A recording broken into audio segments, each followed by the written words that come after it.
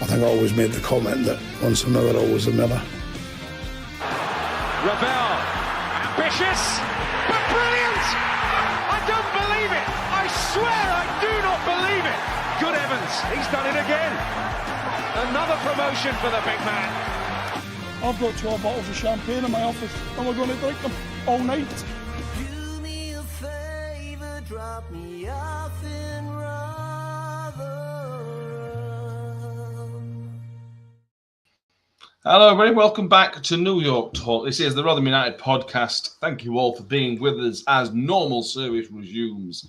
Back-to-back wins ended with a trip to North Wales and Wrexham taking all 3 points. There's a fair bit to cover from a pretty dull game, but there's still a fair bit to cover from it. We'll talk about post-match incidents, goals, poor defending, chances missed, and everything else that comes in between us. Tom's back, having another week away. How are you doing, Tom? Yeah. I am very sunburnt from a week of skiing. So, yeah, my legs are aching. My face is red. But other than that, all good. Excellent. And Mick is back in everybody's favourite location for a podcast, and that is in a car park in North Wales. How are you doing, Mick? I'm all good, mate. Thank you. You? Very, very good. Well, all right. Very, very good. It's strong, isn't it? Yeah, we'll talk about everything. Martin Holland's with us. Powermad's with us as his YouTube users. Good evening, one and all. Richard says, evening all, spring has arrived. Absolutely has. Yesterday, the game was glorious, by the way. We were sat in the lower tier, so we were in the sun, and it was beautiful. It was really good. You know, just ignore. Don't look at pitch, and it was great. Steve's with us. Adam Firth says, good evening. The playoffs are out of reach now. Probably. Christopher says, evening all. Normal service has been resumed. Steve Mixer, I'm getting too giddy this winning lark. Right. Harry says, the bus is broken down again, but maybe get back on the road next week. You know, next 4 games, 3 relegation fighters that in there. You know, there's never say never. We'll see what happens. Right, let's talk about. There are a couple of post-game things that we need to talk about. One of them I'm sure you already know about, but one that I haven't seen reported elsewhere, which is more Millers related. But we'll talk about the game first, Mick. I wouldn't say it's not necessarily a carbon copy of the game at New York, but it is very, very similar to the game at New York. I think a draw would have been a fair result. I think we can feel hard done by. But if I was a Wrexham fan, I'd be saying we managed the game quite well, and that's what you do when that's what good teams do, kind of just take the chances you're given. Yeah, I think you're probably right. That's what promotion winning sides do, isn't it? Yeah. You know, they play badly and win. Having said that, I wouldn't say they played particularly badly. They did a job like they did a job when I was at New York Stadium, and fair play to them. You know, I mean, it can't be that difficult to do a job against the Steve Evans side. Let's be fair. Well, it can't, can it? You know, because it's so predictable. If you look up the definition of predictable in dictionary, there's a picture of one of our games, isn't it? You know, it's just so yeah. I mean, it was a dour game. It was a dour game at New York, and it was the same at Racecourse yesterday. But we didn't do enough to win the game. We didn't do enough to get, in my view, we didn't do enough to get anything out of the game, quite frankly. I'm not saying we weren't the better.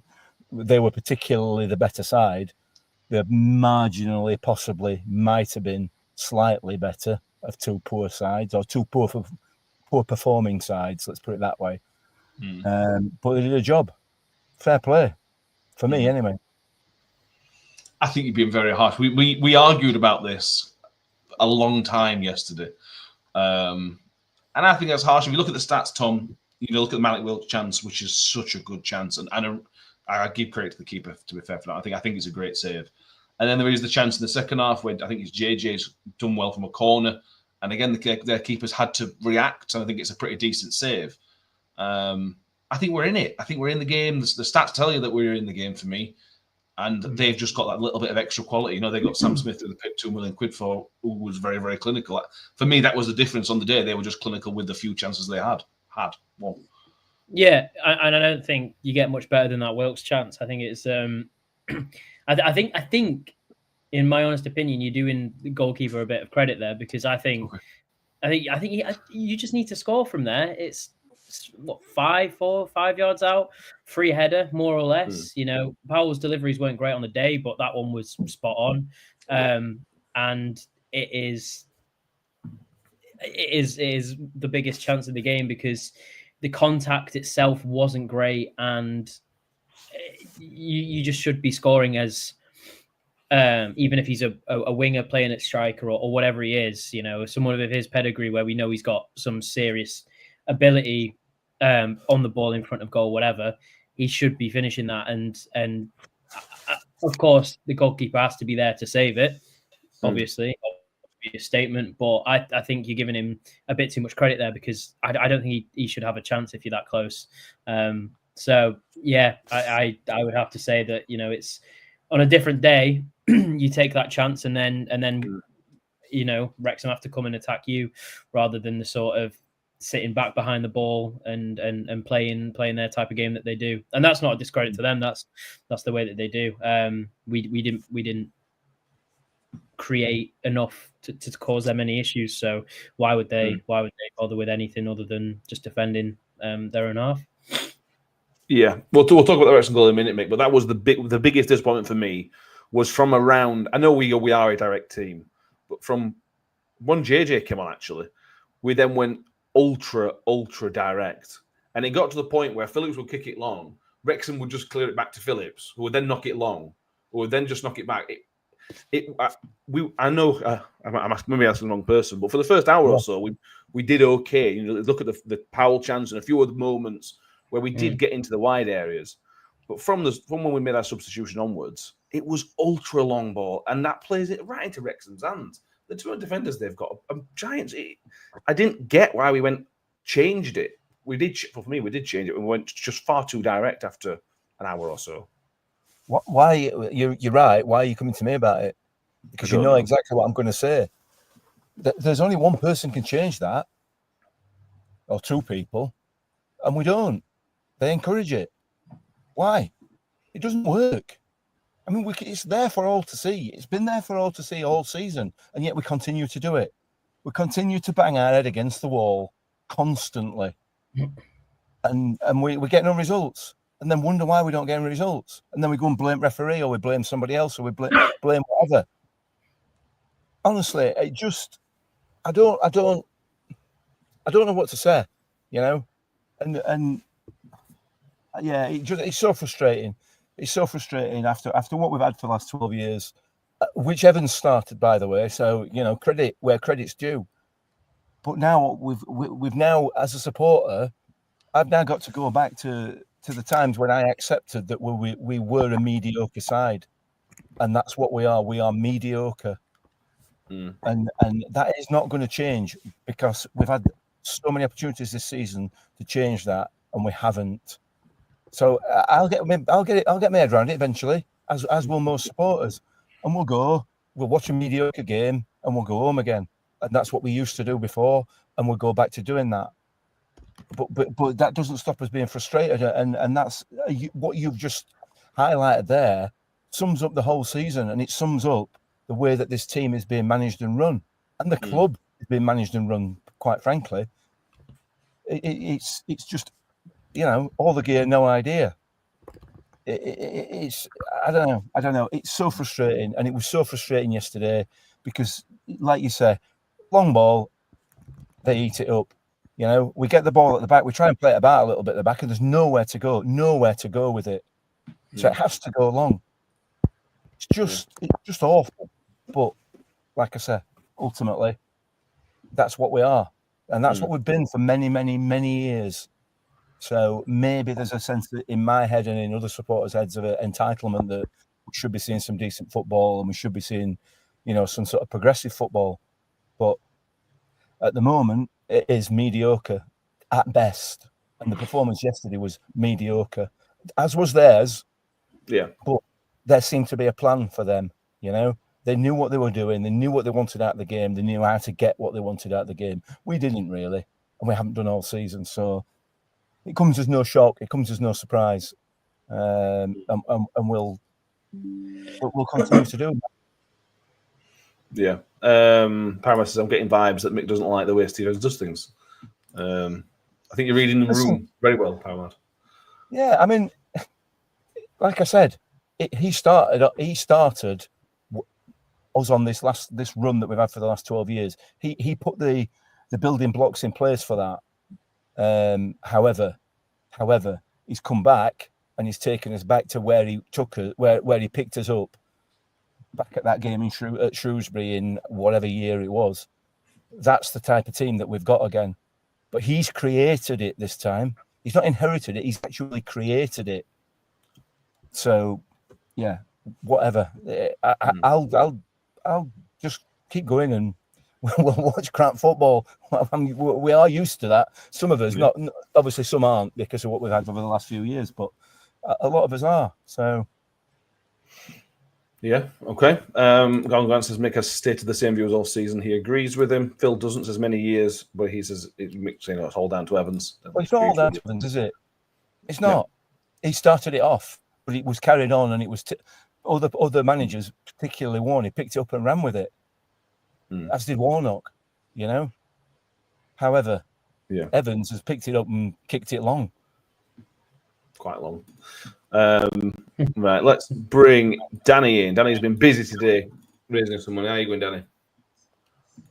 A bit tired, a bit bruised, but we're all out. Lads, how are we doing? All right. All right, as far as I'll go.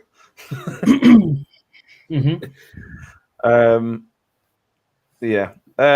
What would you? Well, just give us your brief thoughts now before we go. We haven't talked about the goal yet, which we're going to talk about. But just give us your brief thoughts on the defeat yesterday. Frustrating, but the third in the league, joint second in the league. It's probably an expected result, but because it was so close, it then becomes very frustrating. Yeah, I think frustrating is the best way to word it, but also kind of typical that, you know, we go on that 5-game losing streak and then we win 2 in a row, just get a little bit of hope back, and then it's dashed by quite a close game where, you know, I think the result was fair Wrexham's way, but at the same time, by the sounds of it, the referee could have been a little bit more down the middle with both teams. But at the same time, it is also a result we expected. I think we just sort of pegged the hopes on that little 2-game winning streak of we could actually get a result here. But, you know, at the end of the day, like I said, challenging for promotion, Wrexham, they were going to get a result against us. And, just a shame, really, that we didn't continue that little run further on. But at the same time, I think laying the blame at something other than ourselves is the wrong way to go at this point in the season, because we're at that point where the results don't get changed just by a single decision or a single call or this, that and the other. It is down to us, really. And I think that's the game against Wrexham as a whole. It is still down to us. Too many missed chances, too many chances where we didn't defend it properly. And we've seen it time and time again this season. So it's just like, it's effectively just like it's happened again, and we try and go on to the next one, really. Yeah. Steve says, I understand what Mick's saying. We're very average. I was surprised at Wrexham's lack of quality for a side. It's a real League Two affair, he says. Phil says, who will bring in the great football? Who will bring the great football we desire? Yeah. That's a very good question. Very good question. The $1 million question, isn't it? Yeah. No, we don't fancy football. We go home and away to see the team that plays with passion. What where we're getting is just terrible. There's no fight in this team. That is true, which is the opposite we expect from Steve Evans. Steve Evans' teams. We can accept a little bit of lack of quality, but you expect that battle and that bite. Anyway, let's talk about the goal, Tom. And this sums up the frustration from that, because it's just route one. It's just from the keeper. Jay Rodriguez has put himself on Sean McWilliams for the weakest one in the back four in terms of heading ability. And Tax has got to do a little bit better. Cam Humphries has got to do a little bit better. It's just, it almost sums up our season. We're playing quite well. We're certainly in the game. And then one very easy moment and we've lost the game. Yeah, lapses in concentration and overall sort of character, I think a little bit. And you know, you can't discredit it's a nice finish. Not really a lot Phillips can do with it. He looks he took it extremely well, and it was a good run in behind. But yeah, I just we've lacked a certain type of defender all season that sort of Sean Raggett gives you in that sort of, heads everything, clears everything sort of character that, the Wrexham defenders kind of epitomised, which, love him or hate him, in this league, you kind of need him. And neither Cam Humphreys nor Hakeem Odoffin are that sort of level. It sort of was allowed to run off Cam Humphreys, and it was a poor attempt at a clearance from Hacks. I know it's sort of behind him, above it. It's a weird angle to sort of try and get your foot to, but it's one of those angles that you sort of, as a central defender, you need to get yourself in the way of, and we didn't. And it was, goalkeeper to one striker flicks it on for the other, and they score from it. And it's sometimes it is as simple as that to play against us, and it really shouldn't be compared to where we want to be. I'm not saying that there's any easy fix for that, because if there was, I'm sure that we'd have implemented it. But it's not the first time we've seen it happen this season, and not the last time, I reckon, either. Very, very similar goal they scored against us at home, and it was, I say very similar in a loose sense, as it was a long ball up. It was one striker who managed to take it down, cross it to the other striker who scored. It was a pretty similar, route one, if you want, approach.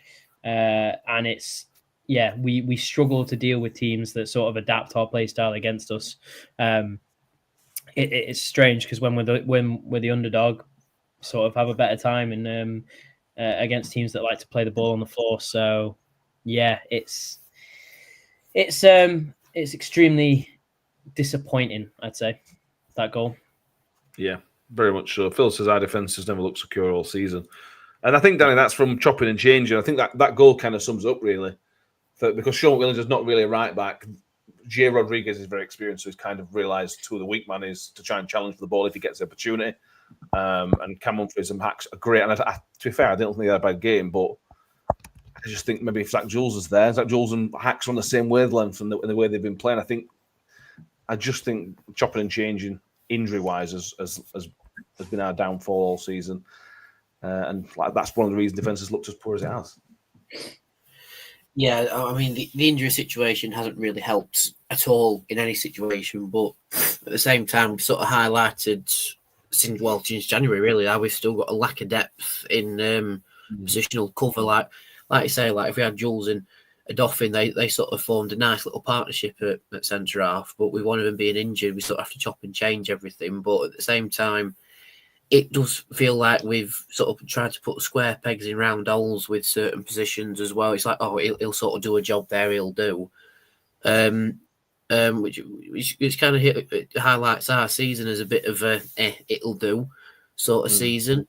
And when you come up against a team like Wrexham, who will have that fight and desire and that willingness to do well and play for each other in positions that they know how to play in, then it just highlights all the areas that we're weak in. Like you said, the defensive link-up is one of them.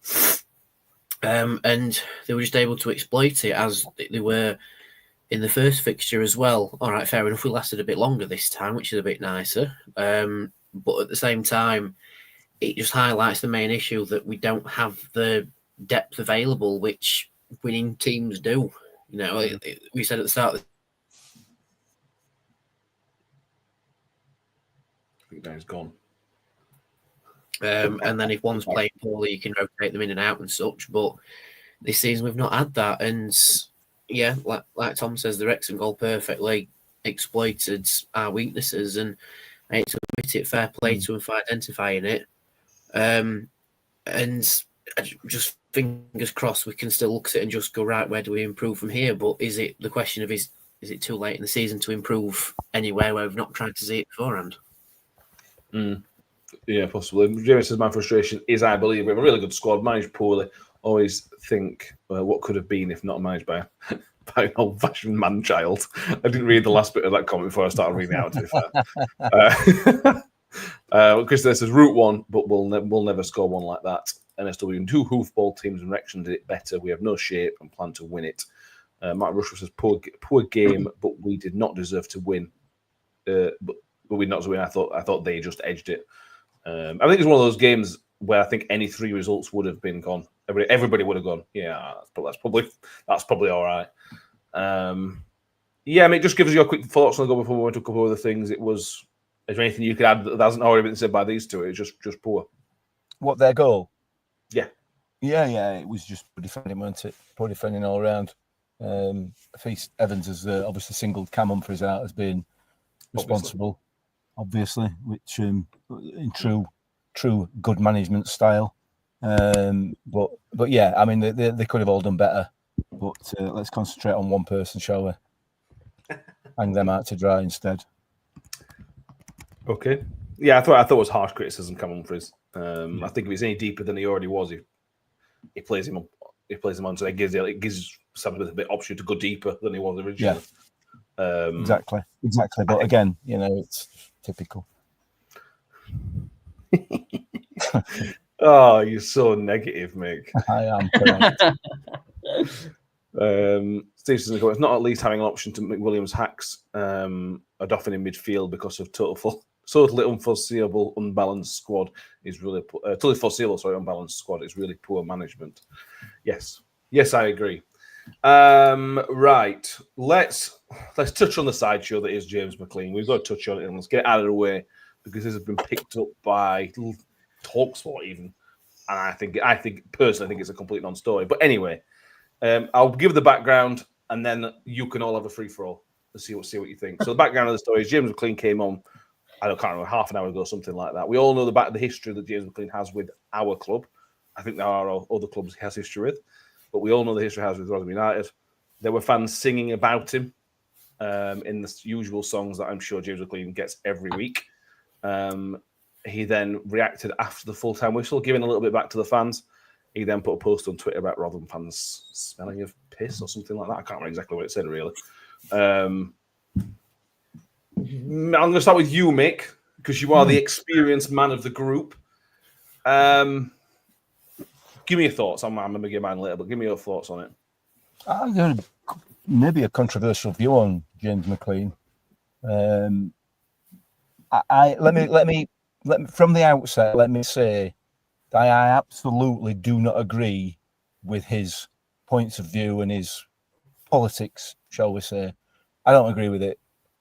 However, I'd have him in my side in a heartbeat, in an absolute heartbeat, because the man plays with passion, he plays with pride, he plays for his team, he plays for his teammates. The fact that he's passionate about his country and everything else, whether we agree with it or otherwise, is something to be applauded. The way he does it, arguably, is not. However, he's a passionate man. He gets grief from all loads and loads of supporters. Arguably, it's justified. Maybe it isn't. Some of it's well over the top. You can't give it and not expect to get it back. Do not give it out if you're not going to take it back. That has to be the case for all football fans. And to be fair, I think the vast majority of us, if you're going to give it, you accept that you're going to get it back, don't you? Yeah. So, yeah, he does what he wants. It's up to him. But I think we all know that if we had a player of James McLean's passion and pride in our squad, we'd be in a much better place than we are now. So whether you agree with his politics or view on the English or anything else, or on the poppy stuff in November, it's irrelevant. He's got his own views. He stands by them. Fair enough. Whether you agree with them or otherwise is not really that relevant in this case. This is football, and football players get a load of stick. Some of them give it back, some of them don't, But it always seems to be the case whether it's McLean or anybody else. And we'll come on to it, I'm sure. Something very similar. If you're going to give it to a player and they give it you back, don't start crying. Don't start moaning about it, because you've just done the same for 90 minutes or however many minutes it is to them. Why would they not give it back? Don't cry about it. Like I say, I don't particularly like the bloke because I don't agree with his points of view, but he's got them. He's entitled to them. He's entitled to express them, just as we all are. So, but ultimately, as a footballer, yeah, I'd have him in my team in a heartbeat. Yeah, I think I'm pretty similar in terms of that. It's been sang about being, it was sang about being a terrorist for most of the game when it was on the pitch, which, and not being an expert on the subject, I'm pretty sure that's close to crossing some lines. And you would expect a response from a man like James McLean, who is opinionated and stands up for what he believes in, which is obviously a good thing. From his perspective, they kind of stands up for things. But I agree. You've got to be able to say, okay, whatever. If you're saying one thing and he's going to give some back, you've got to say, okay, shrug it off, move on. If I was Wrexham's press officer, I would be very, very unhappy because I don't think the headlines that come out of it are very, very good. So from their point of view, I wouldn't necessarily be very happy about it. But for me, it's just James. We put this way. It's James McLean being James McLean. What did anybody really expect from it? It's the least surprising thing that happened in the entire game, to be honest with you. Afterwards, Tom, I'll come to you first, mate. Do you have anything to add? I mean, again, it's a sort of if anyone was, fair enough, but I don't think anyone was personally harmed by that attack. I say attack in a very metaphorical sense. I don't think anyone was harmed by what McLean said. By attack, I meant what he said. So I don't think there's any harm, any foul. And I think if roles were reversed and one of our players said it about the opposition players, I think people would think like Mick and think that they've got a bit of, I think we'd find it a little bit funny, a little bit passionate. I don't think it really, I looked at it, laughed and scrolled past. It was one of those scenarios for me. But again, like I say, you don't know how everyone's going to take it. Some people might be really offended by it. Therefore, it's easier to not say it, but we know the type of character that he is. And I think in any given situation where he can say something like that, he probably will. He's done it most of his career and he's received it most of his career. So it's nothing new. I don't know why people are suddenly picking up on it, i.e., the Daily Mail, TalkSport, etc. I don't know why people are those sort of news outlets are picking up on it because it is what it is. And it, if he says something incredibly offensive or personal to a fan or a community, then that's where I think you can get really arsey. But I think a comment made about Pierce is one that I'm sure. I mean, in context of the post, it's the only thing that rhymed with what he had to say after it. So, he could have, so if anything, he was just trying to be a poet and he wasn't very good at it. So it's, it's fine. I've got no real opinion on it. Like I said, I sort of looked at it. I didn't outwardly chuckle, but I sort of, I had a little funny and then scrolled on. That's personally what it meant to me. But like I said, if anyone has any taken real offense, then that's fair enough. I can understand why you might have done, because it is a comment that isn't exactly, it's probing for something, and that's what he's done his whole career. And like you say, Matt, as a media, sort of stalwart safeguarding whatever exercise, you're not gonna. It's not nice to have to deal with from a Wrexham media perspective, but. The only thing I'd say is that I thought when he came on, he was a bit crap. So that's the only thing I'd say. So, I think if we focus more on his own performances, he might be on the pitch longer and he might be able to say that with some gravitas. But as of I wasn't too fussed. What have I missed? What has he said that people might take offence at? He posted a tweet. Obviously, I'm not going to sing the song, but people were singing the song yesterday about what I was mentioned. So he put a picture on Instagram. Kind of celebrated, said Rotherham fans stink of piss, came to racecourse and got dismissed. So it doesn't rhyme, James. Hang on. He tried. Had the Rotherham fans, our fans, not been singing exactly the same to him? Yes.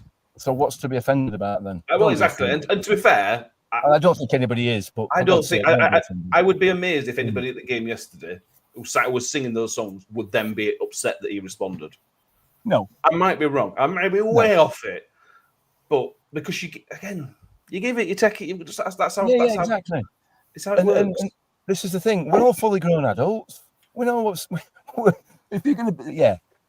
I accept. I understand why media outlets might pick up on it because it gives them the opportunity to get some clicks and to But come on, yeah. Now. Danny, would you like to add anything to this riveting part of the episode? Well, I just want to say that I actually want to echo all three of you because I agree with all three of you about this issue. Like, end of the day, there's no real skin off our noses. It's just a comment by someone who takes it quite a lot. Sometimes can handle it, sometimes can't. But it's just interesting that he's still rattled by what Kurt Broadfoot said after all these years, and we'll just leave it at that, I suppose. Let's leave it at that. Yeah. Let's move on to somebody else who did react. Now, I haven't seen this picked up by anybody. I haven't seen this picked up on social media at all. This is about Dylan Phillips after the game yesterday. We will talk about Phillips' performance in a minute because I think he was very, very good.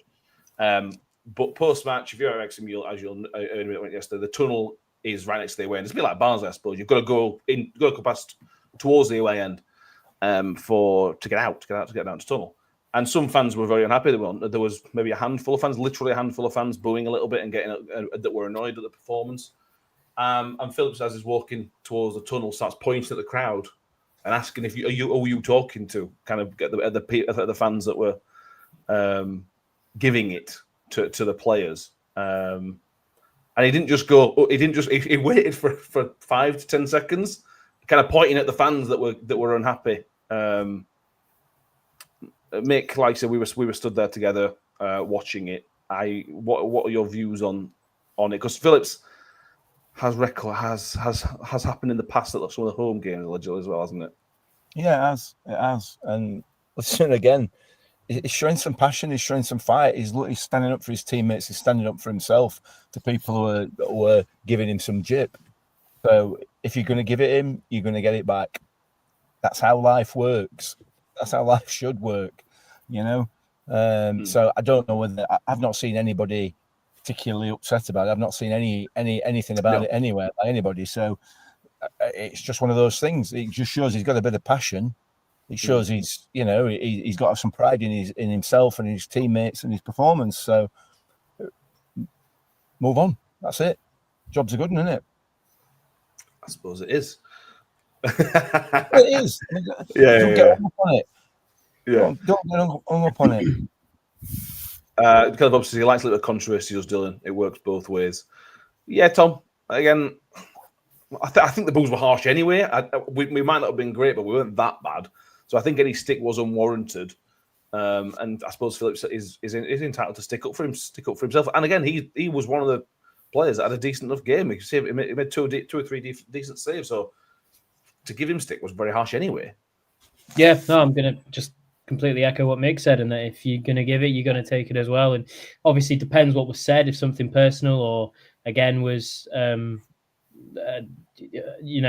directed at him personally, then that's a different matter. But if it's just stick, then, you got to be, I think it's good that he's standing up for himself and sort of, whatever was said and move on from there. He's clearly a player that cares a lot and he had a decent game. So I don't think he deserved the brunt of it, I don't think anyone deserved the brunt of it, just to clarify. But I think if anyone, it wasn't his fault that we, that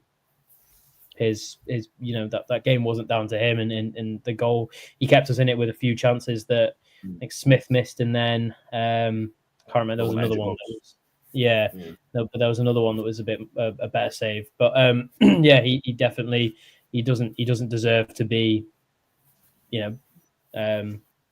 having stick towards definitely now. So that's all I've got to say. Just echoing Mick, really. Perfect. Then Danny, anything different to add?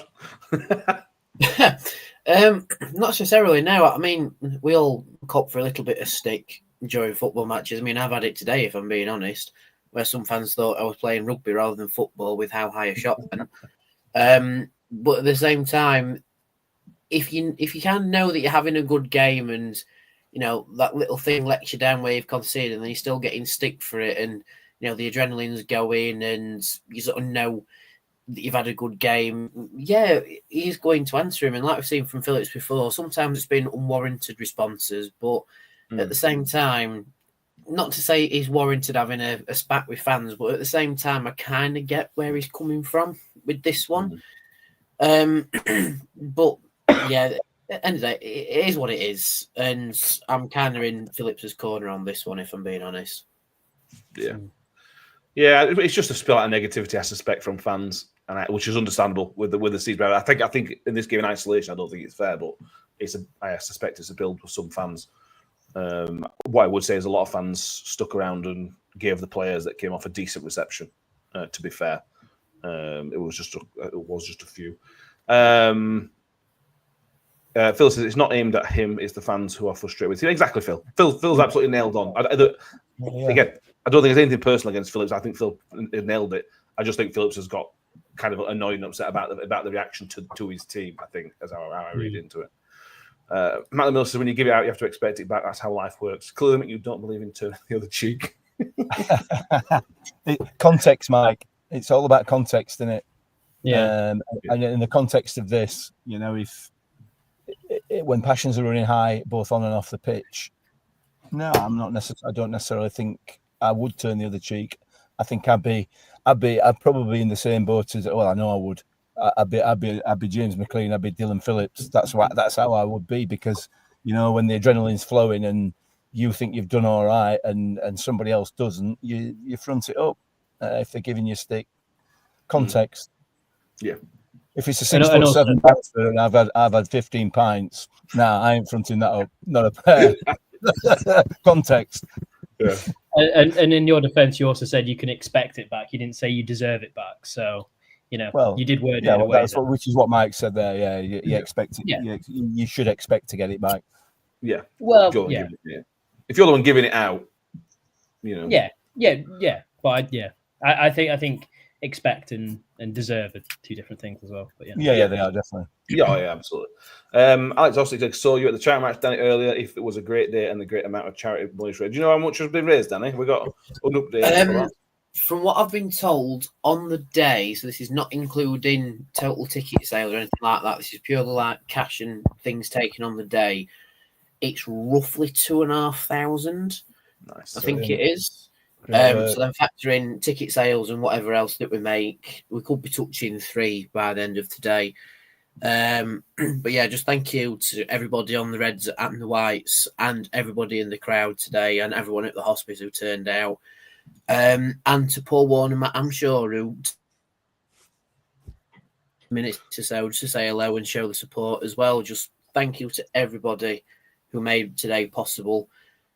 Once in a lifetime opportunity to actually play at Millmore, and keep an eye out because we might be, hopefully, fingers crossed, getting it done next year as well. So not once in a lifetime then. Well, as it stands, once in a lifetime, but it might be twice in a lifetime. We'll have to wait and see. Yeah. Fair enough. Did anyone ask Warney if he's going to Huddersfield, or did nobody ask? No dared ask that. Funny you say that. A few people did say, I'll come back to Rotherham. What's the crack with this, that, and other, and da. And there is strong rumours linking him to Huddersfield. But at the same time, what Warney's like, he's not really given a definitive answer. He's just gone, yeah, well, we'll have to wait and see what happens. But I reckon Warney might be going to Huddersfield. Possibly. We'll see on that. Mick, we were asked by somebody to ask you on Twitter if you would take Michael Duff as manager next season. Would you like to have a conversation on that, or would you not prefer to, because the manager, we currently have a manager? We've got a manager, haven't we? I don't know. I don't know whether I'd take him or not. I don't really know a lot about him, to be honest with you. So, to be fair, I'd probably take Miller Bear at the moment. So, I suppose the answer's got to be yeah. Fair enough. Would you like to have a complaint about the ref, Mick, or are you going to leave that to Evans? Yeah, he weren't very good, were he? But he didn't really impact game. Let's be fair. I think he seemed to fold a little bit to crowd pressure, and he wasn't particularly consistent for both sides. But it didn't impact the game that much. So, let's not get hung up on that, because you know, it's League One, and you know what you're going to get a lot of the time. So let's not worry about that, shall we? Fair enough. Right, let's move on to somebody who should have an impact on the game that we seem to have to keep talking about, Tom, and that is Johnson Clark-Harris. He was poor again yesterday, but I would have some sympathy on this one. I'm going to defend him a little bit by saying he's just come back from injury. We all know he's carrying a lot of weight, which means his obviously fitness is going to be an issue. Why the hell is he starting 3 games in a week? I don't understand why they were not managing his minutes better. You could see yesterday, I think for 20 minutes at the start, I thought it was okay. But then he just kind of fell off a cliff and he was missing balls, running out of play. After the Malik Wilk chance, he gave away a foul in their box, which again was just lazy or tired, but I'll give him the benefit of the doubt and say he's tired.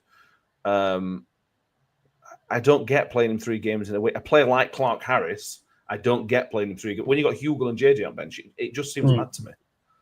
Yeah, I was just about to say it's a bit mental that I don't think Hugo had any justification to be dropped in the first place. So, for a start, I don't understand why he started.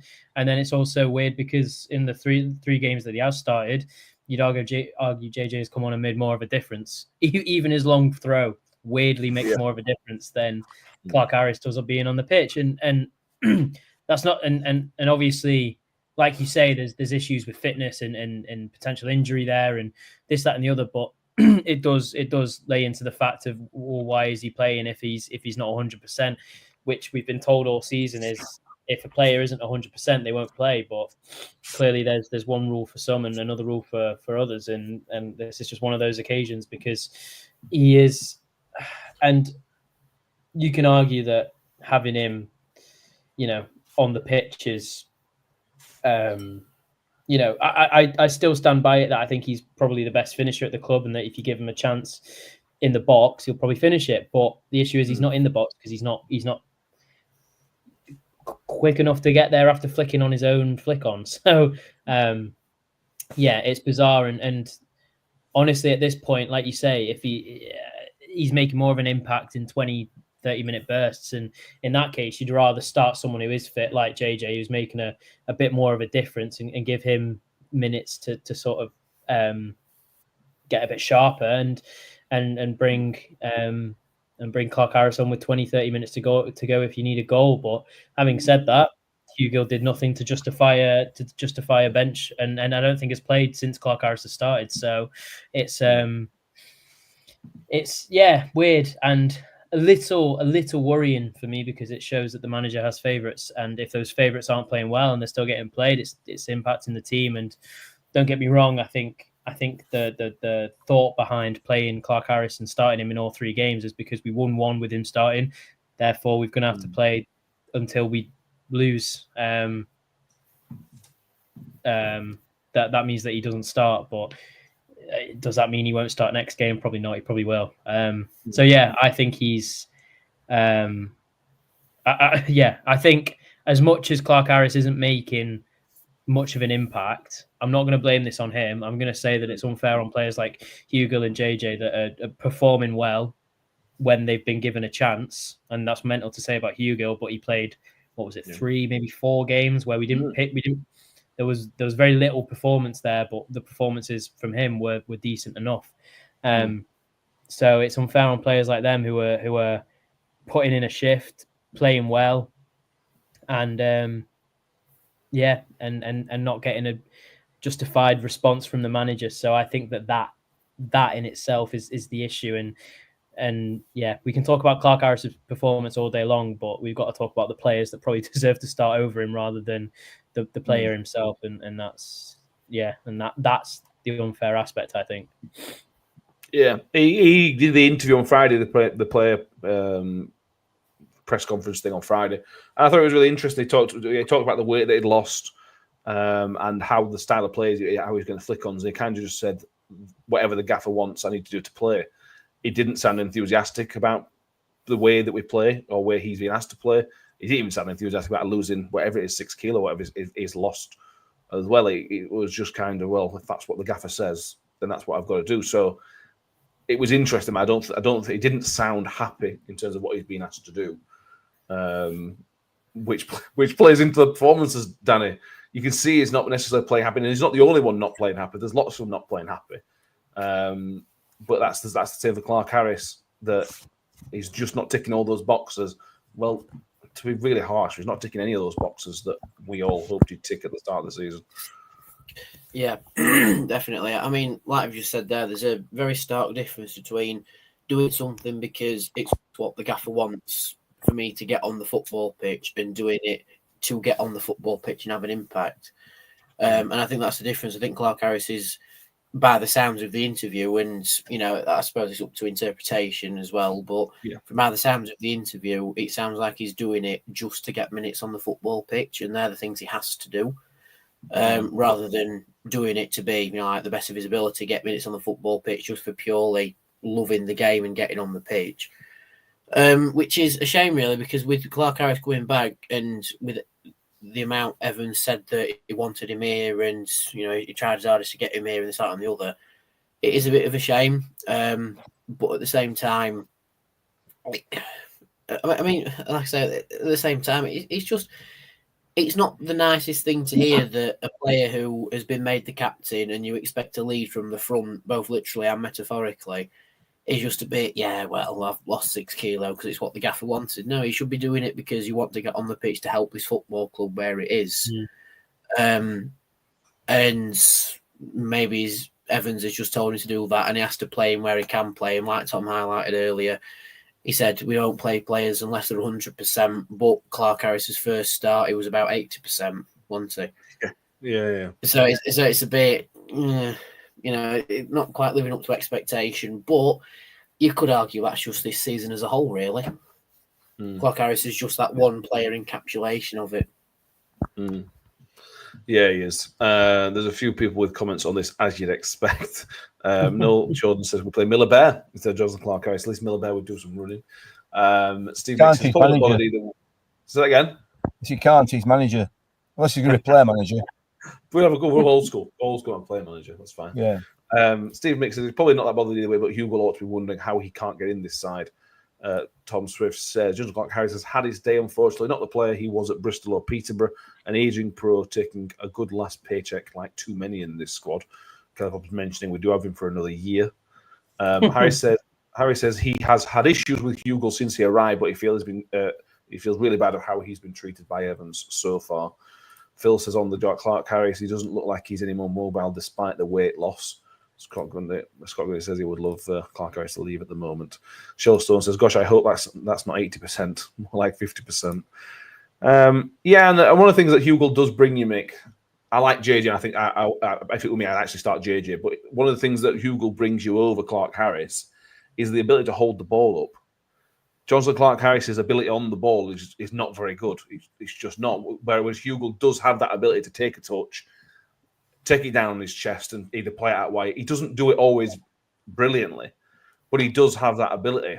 And that's something we could have really done with yesterday against Wrexham. Somebody not only just to win the flick-ons, but to also hold it up for a second, for 2 seconds. That was, for me, we were crying out for that yesterday. Yeah, that might give you the option to play it through middle then, as well, as opposed to just hooping it as hard as you possibly can. So yeah, you're absolutely right. I feel for Clark Harris. Whatever the reasons are for his non-performances, I'm sure he's very, very much aware that you know he's not performing well. But look, you know where I would go with this. This is not a Johnson Clark Harris problem ultimately. He's not performing, so any other reasonable person wouldn't play him. It's that simple, you know. 91 out of the other football clubs in this league, the manager wouldn't be playing a striker that's not playing well, that's clearly not fit, that's clearly struggling for form. When you've got at least one, arguably 2 strikers on the bench who are neither. You know what I mean? So the issue lies only in one place. And I'm just like a broken record. I know I am. I can hear myself, and I can, you know, I think these things and just think, well, you're just being negative again. But it's all I'm doing is stating the obvious, you know. He shouldn't be playing. You know, he's out of touch. He's not particularly fit. He's maybe his head's not in the right place. I don't know. You know, he's coming towards the end of his career, and as a player, as a person who for all their adult life has committed themselves to fitness and football, you know, it's a massive change that's coming up for him. Yeah. That's going to be weighing on his mind as well, and then to put him into a team that's not performing well anyway as a whole, and expecting him to do a job that he's not done for the bulk of his career, while he's out of touch, while he's out of form, while he's not necessarily fully fit, is just wrong. It's just cruel. It just falls down on the issues that he's got. But no, let's not worry about that. Let's not criticise the manager, shall we? Because that's just wrong. Hugo should be playing. There's no doubt about it. Hugo should be playing because he gives us more than one option. But there you go. Joseph Clark is only 31 in July. This isn't an old man. This is what makes it even stranger, that he isn't 36-year-old. His form doesn't suggest that, does it? No, it doesn't. The ability doesn't suggest that. You know, so I think injuries come into play as well. I think he's been injured too many times in his career now to have that same.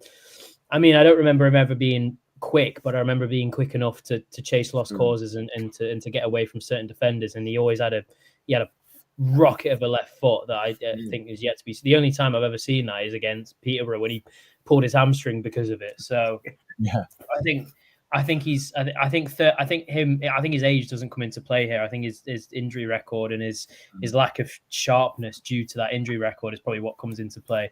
I think if he had played all season for Peterborough and then come to us, I think he would have been a different player and hadn't been injured in pre-season and started the season strong.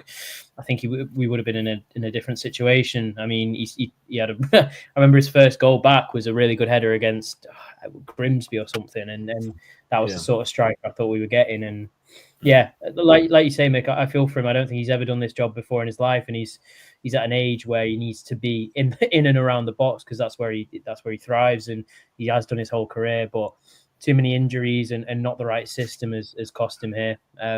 Because as I keep saying, I still think he is the best finisher without a doubt in this squad. And I think if you get him in the right positions, he'll probably finish, 70 or 80% of his chances. And unfortunately, he's not in those positions because he's too busy flicking it on for his strike partner, who, Sam Nombe is not as good a finisher. So, it's it's a really confusing thing you've got with Clark Harris, but all in all, he's not playing well. He shouldn't be starting, and that is, that is the manager's responsibility. And he did it once before, and we started winning games.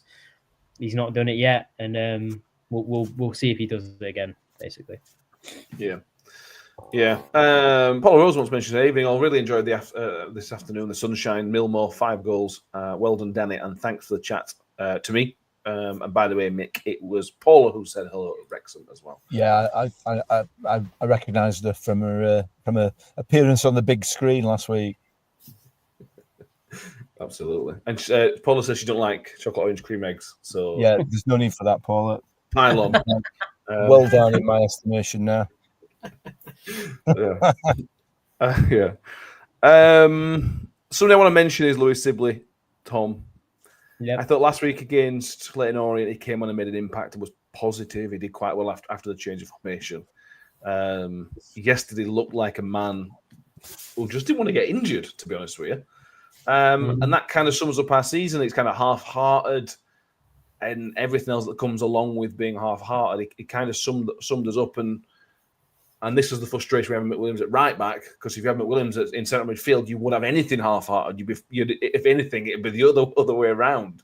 But Sibley yesterday, along with probably Powell, to be fair, again summed up the season a little bit of half-arsed, half-hearted, just a zero impact, just absolutely zero impact on the game. Definitely, and I think he's done that his whole career. Sibley, I think he's had flashes of a player that is clearly quality, and also 4 or 5 games after that of inconsistency and looking like a kid, essentially. And look, he's still 23, 24. I think he's still quite young, but and in fairness as well, I think he was being asked to do the job of Cam Humphreys yesterday, which is a job that, or a Kelly, a sort of sitting midfielder who covers every blade of grass and tries to start attacks rather than being that final third. And I mean, he's not that player, is he? He's not a sweeps up defense. He's not he's not a sweeper. He's not a gritty midfielder. He's a technical attacking midfielder, and he's another player that is not fully being utilized, I don't think. But having said that, he's not really shown a form to prove that he can be fully utilized, if that makes any sort of sense. Where I know what you mean about the whole half-heartedness, and I think again that is fair, but I also think it's not his play style. You need, that's Mpanzu, that is McWilliams. It's those sort of players that get really stuck in and defensively work hard for the team, and he's more of a luxury player, like a bit like Powell, who will run a lot. I don't ever kind of, his work rate was fine, but he's not he don't get stuck in type of player. He's more of a final third, trying to make things happen player, and it's unfortunate that he's just not working for him here, and I feel bad for him because like I said, he's still young, and he's been he's had a lot of hype in his career. At one point, being told that he was better than Jude Bellingham is some hype, and he's not lived up to it really. So I feel bad for him, but yeah, I still think that there's a player in there. It's just about getting it out, and I don't think in the next 10-ish games we have, maybe less. That was just off the top of my head that we have left. We'll get it out of him. He's definitely a player that is a long-term project, and you got to keep taking chances with him. But for us, I don't think he'll make an impact for us. All in all, because he won't.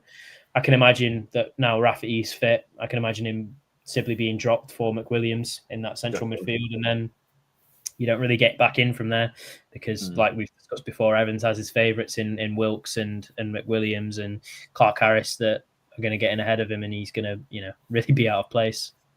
Until one of them gets injured, inevitably. Inevitably, yeah. But then, by then we'll have Dan Gore back, and then this, that, and oh god. True. Yeah, Alex McDonald, Sean Raggett will be back for 2 games before he gets injured again. Yeah, it'd be great. Matt Miller says, "I feel for young Jack Holmes. He's got a year's contract for his first year as a pro, and very little chance. Playing a few minutes at the end must be demoralising." Harry adds, "Agree, Mike," and got called out by Evans at the end of the game for a header, which even if it was on target, wouldn't have gone in. Again, a guy who kind of sums up the season a little bit, Danny. You sign him and you're going, okay, we're really good in pre-season. There's a little bit of excitement here because he did this and he came on a little bit and was exciting, and now it's just gone away a little bit through probably no fault of Jack Holmes, to be honest with you, from what we've seen. But again, he's just somebody else who kind of sums up the pre-season optimism and now kind of a lack of positivity because he looks like he's had the positive vibes drained from him completely. Yeah, no, I agree. Perfect summing up of the season. Signed him initially like, oh yes, that's quite exciting. We've seen quite a lot of him, played a few games, he looked really good.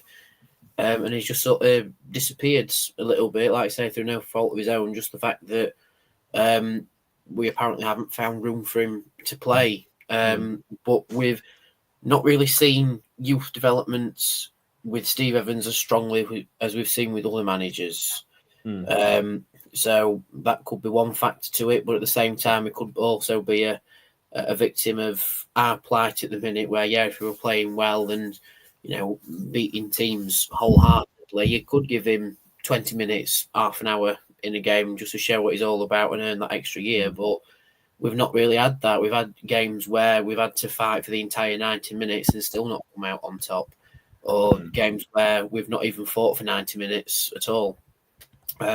Which is a real shame for Jack Holmes, because I thought he was a really promising player. Like, obviously, he still showed those aspects of the non-league game compared to the Football League game.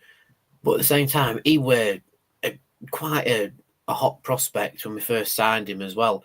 So I am quite disappointed to see him reduced to just a bench warmer role, really. I mean, I do hope we do see him beyond this year, but unfortunately, I don't really see it happening. I feel as though it's going to be a year and right, see you later. Yeah, it does have an extension. It does have an option to extend. So it's a 1 year contract plus one for us. But I agree with Danny. I can't see. I think positive for him is like he's shown enough that he will get a contract at worst National League level. I think somebody will pick it up there and do pretty well. Maybe if he's lucky, maybe in League Two. But I can't see Evans unless we get really deep into the window and we still haven't signed anybody again. Then things might change. But I agree. I can't see him staying. Stephen Mick said on Lewis Sibley, let's see how good Jude is really and do a player swap. The only logical thing, to be fair. I agree. Kevin Johnson said earlier, only McWilliams and Cody walked away with any credit at the weekend. Is that fair, Mick? I'm struggling. I thought Wilkes did okay for parts of the game. I think it was in and out of games again. But he had moments. Was anybody else that shone for you yesterday? Not really. No, not really. Phillips had a decent game. Yeah, Phillips had a decent game. Pulled off a couple of decent saves. Didn't do anything wrong. It can't be at fault. It wasn't a fault for the goal. But yeah, like I said right at the top of the show, mediocre. It was a mediocre performance and fully expected. As far as Jack Holmes is concerned, it's quite simple, isn't it? He's a winger. We don't play with. He's a winger. So it makes it even madder that we signed him in the first place, doesn't it? If Evans is saying that his ideal formation is 4-4-2 with a diamond, why did we sign him? I don't really understand. That's not the only thing that's difficult to understand, is it, about some of the decisions that have been made this season? So, not at all. I'd like to quickly say I thought Mpanzo had a good game.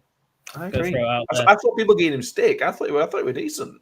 Yeah. I think off the ball he's excellent, and I think he's neat enough on it to not really impact the game on it. But I think I think he works hard. I think he puts himself about in a Sean McWilliams type way, and like, don't get me wrong, he didn't impact it as much as someone of his quality maybe could have. But I think he was more up for it than a lot of players we had this season that have played this season, and he's only been with us a handful of games. I really like him, and if he's out of contract with Luton, I'd be surprised if a top end League One or Championship club doesn't pick him up, and I'd love to have him back. I think he's a proper player. Puts himself about, still quick for his age. Really physical, neat enough on the ball, and has glimpses of quality. And I think if if we were in with a shout of signing him on a permanent, I'd do a lot to make it happen. Yeah, I think he's more like a Steve Evans player, a kind of player. He's more of a Steve Evans kind of midfielder that we saw last time around. He'll need to strengthen his neck neck muscles if he's going to stay there, won't he? So he can watch balls sail over his head, and his pointless existence in midfield is. Okay, fair enough. Matt Miller says, if you're a marketing man, how would you market our next game at home to Wrexham? It's interesting to see if we get more than 8,000, or what the club says 8,000. Free donuts. That's been done by Leicester, I think, in the past. Free. Yeah, we'd burn them though. You are? They'd be burnt on bottom, wouldn't they? Oh, they'd be burnt. Yeah.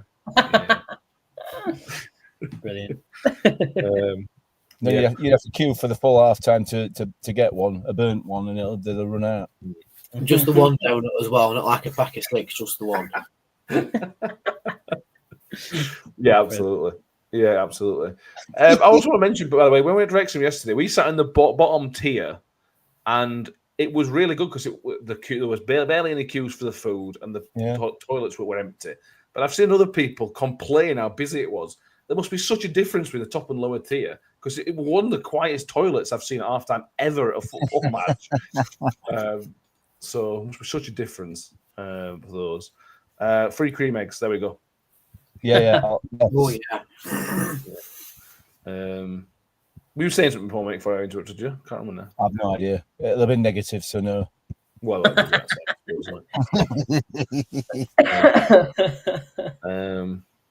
I think I've run out of things to say. Wasn't I it thought very the atmosphere. I thought the atmosphere of the game yesterday was excellent. Again, for me, and I don't want to blow smoke up anybody's backside, but I thought the home fans were excellent. Really, really good. I thought they created a fantastic atmosphere. And the Rotherham fans contributed to that as well. You know, it was the weather helped, didn't it? You know, the sun's out, coming towards the back end of the season. It was nice. It was nice, but yeah, I thought the Wrexham fans were excellent yesterday. Yeah. Matt asking, was that a quote from Evans? Which one? All of them. Evans says a lot, then it probably is, to be fair. I did notice as well, the other thing I would notice, just to add a little bit more positivity into my evening, the fans did, the players did come across, I think to a man actually, to applaud the supporters who were left. The manager scurried away down the tunnel and never even lifted his head up, let alone. I didn't even notice him go down. Yeah, exactly. I did. Never acknowledged the travelling fans in any way, shape, or form, not even a glance. Again, poor. And again, I would say the fans were mostly appreciative at the end of the game. There was a few unhappy fans, but they were definitely the minority. This wasn't Barnsley where the majority were against. No. Most fans who stayed clapped the players off at the end. So it is a surprise Evans didn't come It's along. not. Take responsibility. Take some responsibility, man. Okay. Matt Miller says, yeah, it is Evans' quote that he's run out of things to say. Yeah. Yeah, things that Steve Evans would never say. I've run out of things to say. Anything else? Can we stay on afterwards? I've got more negativity. I need to get it out. Is that if you go back to your wife while you're still being negative, you won't have a wife much longer? Correct. Yeah. Do we want to get all out your system yesterday? Do we want to talk all about the old faces and how they performed, or anything like that, i.e. Rathbone and Seb Revan? Yeah, can do. I thought Rathbone was very, very quiet. I didn't really notice him impact, but I thought Revan's still there. In a year or two's time, Seb Revan's going to be an excellent player, isn't he? Absolutely. I agree with both those things. Obviously, a Rathbone went off with an injury, which I think was. And interestingly, he did acknowledge the Rotherham United supporters on his way down the tunnel, unlike our manager. Just saying. You can't resist. Bro. Anything else? Well, Tom Swift says, worrying thing is if Evans is still here next season, I'm not going to ask me this question. If Evans is still here next season, would you trust him to build a better squad? Tactics or issue game with no width? I said this, Danny, I've said this from the start of the season, that if you give Steve Evans enough time, he will eventually get it right. Now, whether he deserves the amount of time you're going to give him is an entirely different conversation. But I think eventually he will get it right. What are your thoughts on that, Danny? I'm inclined to agree, if I'm being honest. I spoke to Radio Chef before the Wrexham game. It was less about the Wrexham game, more about what the plans are for the future with Rotherham. And they were saying, would you give Steve Evans next year? And I went, well, if he gets the recruitment right and the tactics right, then yeah, I can sort of see him staying on and improving the team. But there's still really big ifs, because it still feels like a case of throwing something at the wall and hoping it sticks. It's sort of seeing what's sticking at the minute, and then he'll try it again in the summer, and then he'll try it again and again, and eventually it'll actually happen. But whether he deserves that chance from how we've performed this season, where we are so below par, is a question above our authority. But I'll give my answer on it anyway, which is a case of, no, he's not earned another transfer window, I don't think. No, but he'll get it. Yeah, he'll get it, but I don't think he's deserved it. I probably agree. By the way, Radio Sheffield, if you are listening, I know you've got Mick's number. Next time you want somebody, please ask Mick, because it'll make great radio for 5 minutes. How is this a thing? How is this? Give him enough time and he'll get it right. Give me enough time, I'll get it right. Yeah. Give my grandchildren enough time, they'll get it right. What an absolute! And this is not a dig at you, Danny, because this is just an argument that people put forward. That particularly people who are Steve Evans fans, that they put this forward all the time. Give him enough time. No, you've had enough time, and you've made no improvement whatsoever. None at all. If you give anybody enough time, they'll get it right. If they sign enough players, they'll get it right. How is that a qualification to be a Football League manager? It's not. See, Radio Chef, I can't believe you don't want this on your radio. Tell me I'm wrong. They've got enough of the Wednesday fans mode, haven't they? In what way is that wrong? You're not wrong. No. So why? But if this was you grew up in a different era of football. If this was the 70s, would you be even having a conversation at this stage of the season? If this was 70s, there'd be managers. They'd still be manager in 10 years' time. Well, yeah, right. Because he'd get it right eventually, like many people did. How does that make it right? Not right, is it? He just can't possibly be right. No. I just don't. I'm sorry. I just don't see it. And whatever. We'll see. There's teams are making moves. Huddersfield have obviously sacked Michael Duff, which I actually think is a mad decision. There's rumours that Darrell Clark, Barnsley's on very, very thin ice as well. So we'll wait and see. I don't know. Anything else to add on Mick's rants? Well, these players are underperforming based on their quality, and I think that is consistent underperforming as well. It's not one-offs, and it's not a month or a run of games. It's consistently all season. These players are underperforming, and whether that's because of the manager or what else, you can't. We've said it before. You can't change a whole team, so you've either got to. You've either got to change the manager and bring in new ideas for a team that is clearly good enough to compete at the top end of the table, or you change around the whole team, and you can't really do the latter because it's not as easy. So I think yeah, and look, that you then get into the argument of way too long, but you get into the argument of, well, who the hell do you bring in? And there's various names, obviously, but again, that's another type of question that you can't really ask because it's a gamble either way. But yeah, I just think the players are underperforming, and the underlying factor of that is the manager. So Michael Duff's available, so I've heard. He's not necessarily going to make us better, but he's one of the he's one of the managers that you would look at. Well, that's what I mean. It's always a gamble. Always a gamble. Yeah, of course it is. Make it worse.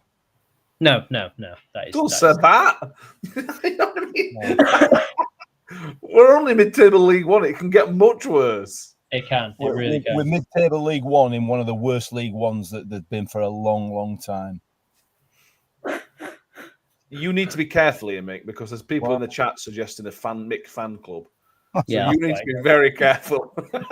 I mean, listen, I'm all I'm doing is voicing the opinion of some supporters, and I fully accept that some have different opinions, and I fully and that's fine. But we're all very, very frustrated by what we've been served this season, all of us. And some people blame the players, some people blame the manager, some people blame the chairman, some people blame all three. But ultimately, what we've got is not acceptable. It's not good enough. And for me, in my opinion, that blame lies fairly and squarely at the door of Steve Evans and Paul Rain. And the chairman. Well, the chairman, ultimately he's the one that could pull the trigger.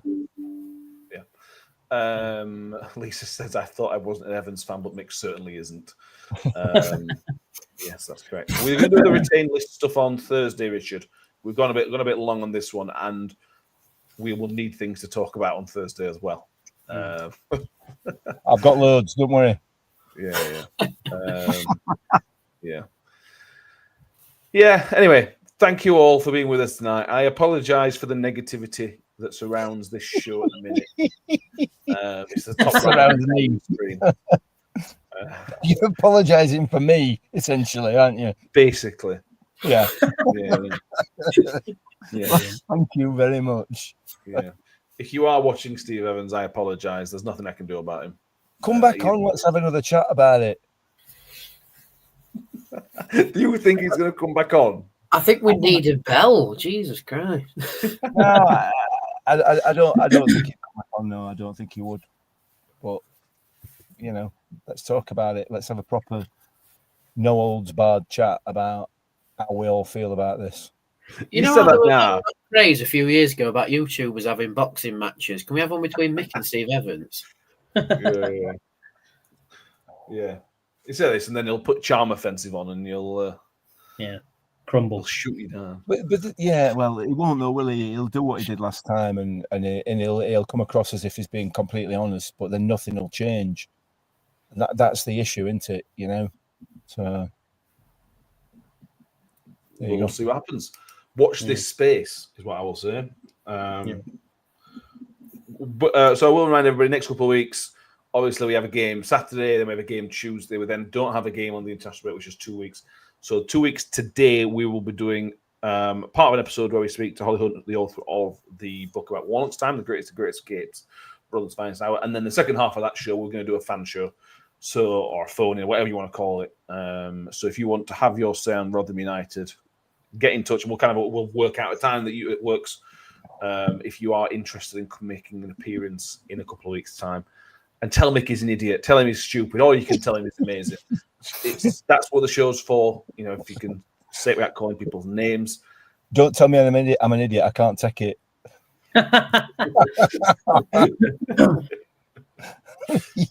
Yeah.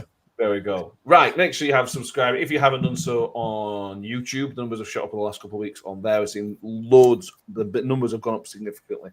Don't know why, but I do appreciate you all for tuning in to the most mediocre club in the country right now. I appreciate everybody who has tuned in and watched this show, watched the scouting reports, watched the instant reactions. Thank you very much. We shall be back on Thursday, which will be the preview of the Exeter game. We'll see what we can do about getting a scout report done for Exeter as well, because they're in a little bit of trouble at the minute, Exeter. So it's going to be interesting to see how things go about with them. We'll try and get that done by the end of the week. If you are listening on iTunes and Spotify, make sure you've given a 5-star rating and follow or subscribe, whatever it allows you to do so. If you are watching on X, we can see if some of you are today. Make sure, first of all, you have followed us. Give this a repost or share, whatever the case may be. It shows you to do. Thank you all. Thank you, Tom, for turning up today. I appreciate it very much. Yes, thank you for having me on again. No worries. And Danny, thank you very much for ending your very busy day with us. Yep, always a pleasure, lads. I'm going to go to bed after we've signed off here, because I'm very knackered through sun and hard tackles and losing. But yeah, always a pleasure to talk to everybody on here. Thank you very much. And Mick is going off to enjoy retirement from his normal job, aren't you, Mick? Thank you very much for being with us. I'm going for a beer, mate. I'm going for a beer. Fair enough. Thank you all. We really appreciate everyone with us tonight. We will see everyone next time. And as always, up the Millers. Up the Millers. I think I always made the comment that once a Miller, always a Miller. Ravel, ambitious, but brilliant! I don't believe it! I swear I do not believe it! Good Evans, he's done it again. Another promotion for the big man. I've got 12 bottles of champagne in my office, and we're going to drink them all night. Do me a favor, drop me off in